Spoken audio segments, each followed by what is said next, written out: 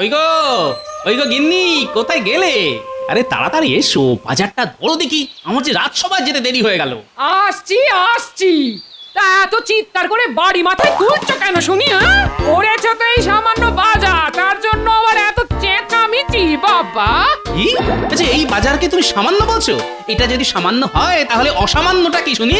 থাক থাক, অনেক হয়েছে। এবার দেখি কি কি এনেছো বাজার থেকে, দেখি। এই তো চুনো মাছ, লাউ, পটল, আলু। কি আমি যে তোমায় বলেছিলাম তোমার বড় শ্যালকের মেয়ের বিয়ে গো, হাট থেকে একটা ভালো দেখে শাড়ি কিনে আনবে, তা সেটা কোথায় শুনি? এই রে, একদম ভুলে মেরে দিয়েছি। আসলে হয়েছে কি গিন্নি, ওই বাজারে জিনিসপত্রের যে আগুন, কোনো জিনিসে হাত দিয়ে ছুঁয়ে দেখতে গেলেই না যেন ছ্যাঁকা লাগে। আমার ওই ভাগ্নিকে ওই পরে না হয় কিছু একটা দিয়ে দেবো। ওসব শুনছি না, ওসব শুনছি না। তোমার এই কিপটেমি ধম্মেও সইবে না। হ্যাঁ, আচ্ছা গিন্নি তুমিই বলো, বিয়েতে আশীর্বাদই হলো সবচেয়ে বড় উপহার, আর এই পৃথিবীতে মানুষ খালি হাতে এসেছে আর খালি হাতেই ফেরত যাবে। তা এইরকম কারণে অকারণে উপহার দিয়ে পয়সা নষ্ট করার তো কোনো মানে হয় না গিন্নি। আচ্ছা কিপটে দেখেছি, কিন্তু তোমার মতন এমন হাড় কিপটে জন্মেও দেখিনি বাবা, যে কিনা একটা ট্যাঁকের কড়িও খরচা করে না। এত গিন্নি, একই মাসের শেষ, তার উপর হাত খালি, মাইনে হতো ঢের দেরি। তা একটু বুঝে শুনে তো চলতে হবে নাকি? হ্যাঁ, তা তোমার ওই হাতটা ভরবে কবে শুনি? ঠিক আছে ঠিক আছে ঠিক আছে, আমি চললাম বাপের বাড়ি, আর তুমি থাকো তোমার ওই কিপটেমি নিয়ে। ধুর। আরে কি, আরে গিন্নি এরকম ছোটখাটো কথায় রাগ করলে হয়? আচ্ছা তুমি চলে গেলে আমার খাওয়া দাওয়ার কি হবে শুনি? কেন খাওয়া খাবে? সেটা খেতে নিশ্চয়ই তোমার ট্যাঁকের কড়ি খরচা হবে না। এবারে আমিও দেখবো হ্যাঁ কতদিন তুমি এই ফাঁকা ট্যাঁকে সংসার চালাও। আমি চললাম বাপের বাড়ি। হ্যাঁ, যত সব।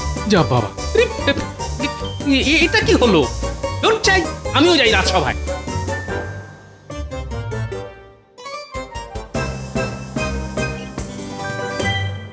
তা মন্ত্রী, এবার সভার কাজ শুরু করো। এ কি মন্ত্রী, গোপালকে কেমন যেন অন্যমনস্ক দেখাচ্ছে। দেখুন আবার কারোর পিছনে লাগার কোনো বদ মদলো বাড়ছে কিনা। এই যে গোপাল, মহারাজ যে তোমায় ডাকছেন তা কি তোমার কানে যাচ্ছে না নাকি? হ্যাঁ, হ্যাঁ বলুন মহারাজ। বলি, তুমি কি কোনো দুশ্চিন্তায় আছো গোপাল? মানে সেই রকম হলে তুমি আমায় নিঃসন্দেহে বলতে পারো। মানে তোমার এইরকম মনমরা হয়ে থাকাটা আমার ঠিক ভালো লাগে না। না মহারাজ, আসলে হয়েছে কি, আমার গিন্নি আমার উপর রাগ করে না বাপের বাড়ি চলে গেছে। তাই তো শুনি যে গিন্নি নাকি বাপের বাড়ি গিয়ে বসে আছে। আই, তুমি কি চুপ করবে মন্ত্রী? তা কি হয়েছে গোপাল, বলো শুনি। আসলে মহারাজ, আমার কিছু টাকার দরকার। ওই দেখেছেন মহারাজ, গোপাল কখনো কোনো মতলব ছাড়া কথা বলে না, এটাই তো গোপালের বৈশিষ্ট্য। না না গোপাল, রাজকোষের অবস্থা তেমন একটা ভালো না, তাই এই সময় আমি তোমাকে কোনো সাহায্য করতে পারবো না। আচ্ছা গোপাল, তোমার পরিবার বলতে তো মাত্র দুজন, তা সব মাইনে কোথায় যায় শুনি? ঠিক আছে মহারাজ, আজ তাহলে আমাকে বিদায় দিন। আর ঠিক আছে গোপাল, আমি জানি যে তোমার মনের অবস্থা তেমন ভালো নয়, তাই তুমি এখন আসতে পারো।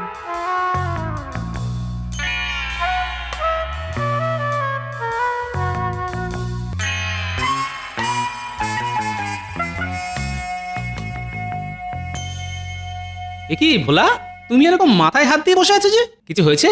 না গোপাল, কিচ্ছু হয়নি, কিছু হয়নি। আসলে ওই আমার কপালটাই খারাপ জানো। কেন গো, আমার মতো কি তোমার বউ বাপের বাড়ি চলে গেছে নাকি? আরে না না গোপাল, আমার গিনি তো আমার বাড়িতেই আছে। আসলে ওই আমার মেয়ের বিয়ে হচ্ছে না। কেন বিয়ে হচ্ছে না কেন? এই দেখো না গোপাল, এই দেখো, এই একটু আগে ওই পাত্রপক্ষ মেয়ে দেখতে এসেছিল, কিন্তু তাদের নাকি মেয়ে পছন্দই হচ্ছে না। তার উপর আবার ওই গাদা গাদা পণ চাইছে। এখন তুমি বলো গোপাল, আমি এই সামান্য মিষ্টির ময়রা হয়ে এত এত পণ কিভাবে দিই বলো? ও এই ব্যাপার, তা আমার মতে তুমি ঠিকই করেছো, কারণ পণ দিয়ে বিয়ে করার পক্ষপাতী আমিও নই। এখন তুমি বলো গোপাল, তুমি বলো, আমার মেয়ের কি আর কোনোদিনও বিয়ে হবে না? আরে কেন হবে না, আলবাত হবে। আরে তার জন্য তো আমি আছি। কি? তার মানে তুমি এই বয়সে আবার বিয়ে করবে নাকি? হ্যাঁ, ছি ছি ছি ছি ছি ছি ছি ছি ছি ছি। এই দেখো, আরে না না ভোলা, আমি কেন বিয়ে করতে যাব? কি যা তা বলছো না।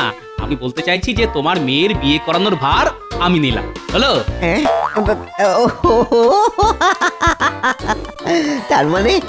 তার মানে তুমি বলতে চাইছো যে তোমার সন্ধানে কোনো ভালো ছেলে আছে, তাই তো?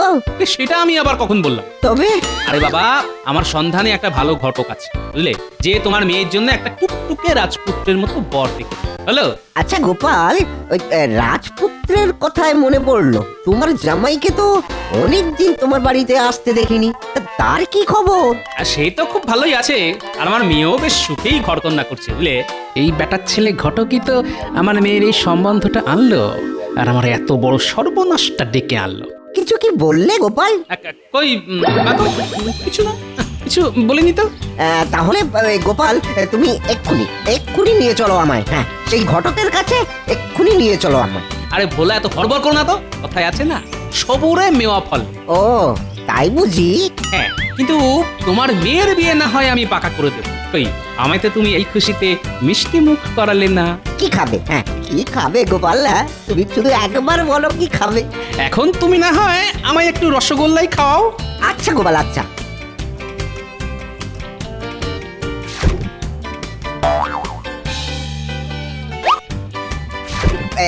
এই নাও, এই নাও, খাও খাও খাও। কি খেলাম। তাহলে বলা, কাল না হয় একবার তোমার বাড়ি থেকে ঘুরে আসবো, আর তোমার মেয়েকেও দেখে আসবো। আসবে তো গোপাল? ঠিক আসবে। হ্যাঁ রে বাবা, হ্যাঁ হ্যাঁ, এখন চলি, কেমন?